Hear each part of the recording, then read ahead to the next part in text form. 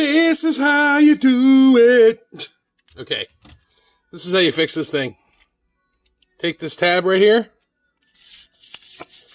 Slide to the left. Slide to the right. Crisscross. One click this time. 2 clicks this time. Return it to the left side. Insert cartridge. What? Close the lid. Boop. Wait for it.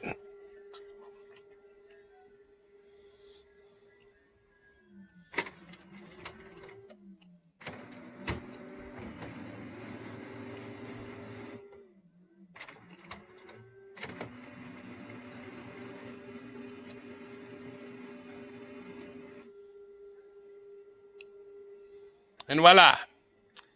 You could print now to the printer. Brilliant. Follow us for more tips. This is E-Rock signing off. Peace.